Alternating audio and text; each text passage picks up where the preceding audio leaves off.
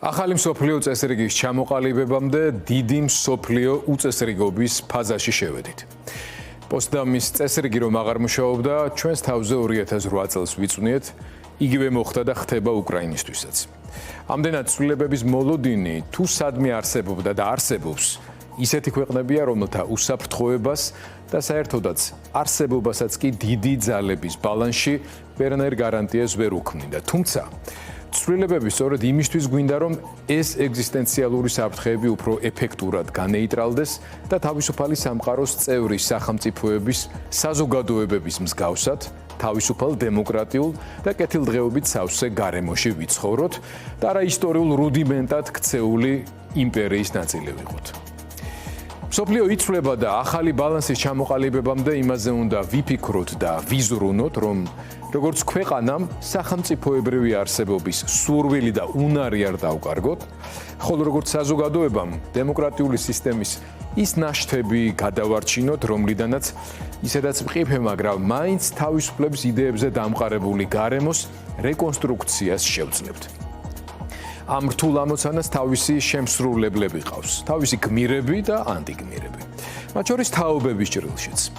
საბჭოთა კავშირის მეხსიერების მქონე მოქალაქეთა ყველაზე პრობლემური ნაწილის ფიქრები ბრეჟნევის უძრაობის პერიოდში, მართალია სხვა სრულიად დეგრადირებული ქვეყნის, უпроსორეთ იმპერიის წიაღში არსებულ უსაფრთხო გარემოს, მოჩვენებით სოციალურ სტაბილურობას და პროგნოზირებად პერსპექტივის აჩრდილს ეფოდინება.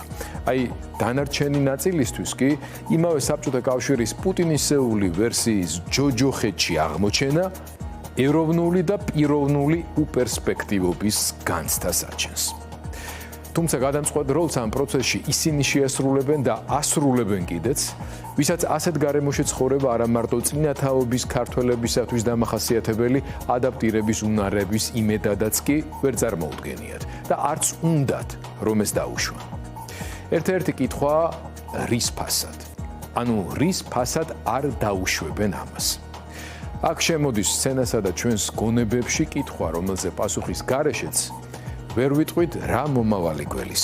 იმის მიუხედავად ტრამპი რა სტრატეგიას მიყვება, ან ჩინეთი, რუსეთი და ირანი ერთობლივ წვრთნებს რომ გამართავენ, ეს ამ სტრატეგიაში რა კორექტივებს შეიტანს. თავისუფლებას მხოლოდ ის პიროვნება და ის საზოგადოება იმსახურებს და იღებს, ვინც მზად არის ამისთვის ყველაზე ძვირფასი გაიღოს. და მნიშვნელობა არ აქვს ის ლომივით იქცევა, მარტო ხელა მგელივით თუ არწივებით. ეს ყველაფერი გაცილებით უკეთა გასაგებად თქვა და გააკეთა კიდეც პოლიტიკურმა ლიდერმა, რომლის მემკვიდრეობასაც დღეს ის კაცი იჩემებს, რომლის მიმართაც თავისუფალ სამყაროს ბევრი დასაბუთებული პრეტენზია გაუჩნდა. არა იმდენად რეიგანისა და ტრამპის მიდგომებს შორის კონტრასტის ხაზგასაცმელად, არამედ საქართველოში ბოლო წლებში გააქტიურებულ შეკითხვებზე საპასუხოდ შეერთებული შტატების პრეზიდენტის მართლაც თავისუფალი სამყაროს ლიდერის შესაფერისი სიტყვის ნაწყვეტი მოგასმენინეთ, რომელიც მან 1964 წლის 27 ოქტომბერს წარმოთქვა. მათ, ვინც ჩვენს თავისუფლებას წვნიანებითა და კეთილდღეობით სავსე სახელმწიფოში გაცვლიდნენ, გვითხრეს, რომ აქვთ утоპიური გამოსავალი, მშვიდობა გამარჯვების გარეშე. ისინი ამას შეგუების პოლიტიკას უწოდებენ. და ისინი ამბობენ, რომ თუ ჩვენ ავიცილებთ ნებისმიერ პირდაპირ შეტაკებას ჩვენს მტერთან, ის დაივიწყებს თავის ბორო ძრახვებს და შეგვიყვარებს. ნებისმიერე, ვინც მათ წინააღმდეგ გამოდის, ომის წამქეზებლებად გამოყავთ.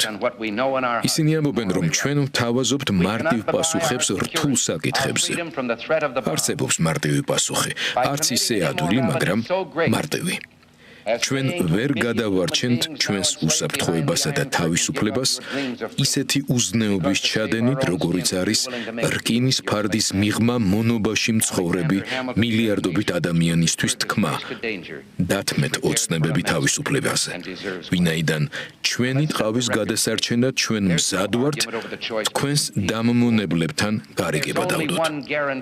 ალექსანდერ ჰამილტონმა თქვა, ერი, რომელიც ირჩევს სირცხვილს ხიფათის ნაცვლად, მზად არის მბრძანებლობისთვის და იმსახურებს კიდეც მას.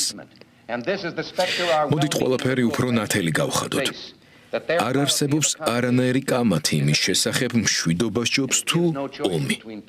მაგრამ არსებობს მშვიდობის მიღწევის მხოლოდ ერთი გარანტირებული გზა. ეს არის კაპიტულაცია, დანებება.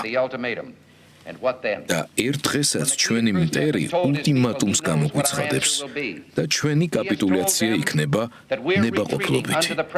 რადგან ამ დროისთვის ჩვენ სულიერად, მორალურად და ეკონომიკურად დასუსტებულები ვიქნებით. ჩვენს მტერს ჯერა ამის. ვინაიდან მას ესმოდა ჩვენი ხვეწნა მუდარა და განცხადებები. მშვიდობა ნებისმიერ ფასად ჯობია, კომუნიზმი ვიდრე სიკვდილი. ან როგორც ერთმა კომენტატორმა თქვა, ის ამჯობინებს სიცოცხლეს მუხლ მოდრეკილად, ვიდრე სიკვდილს ფეხზე დგომით. და სწორედ ეს ხმებია ომის კენგსა. ვინაიდან ეს ხმები არ ასახავენ დანარჩენებს, ანუ ჩვენს ხმებს. მე და თქვენ არ გვჯერა, რომ სიცოცხლე იმდენად ძვირფასია, ხოლო მშვიდობა იმდენად ტკბილი, რომ მათი ყიდვა შესაძლებელია ჯაჭვებისა და მონობის ფასად.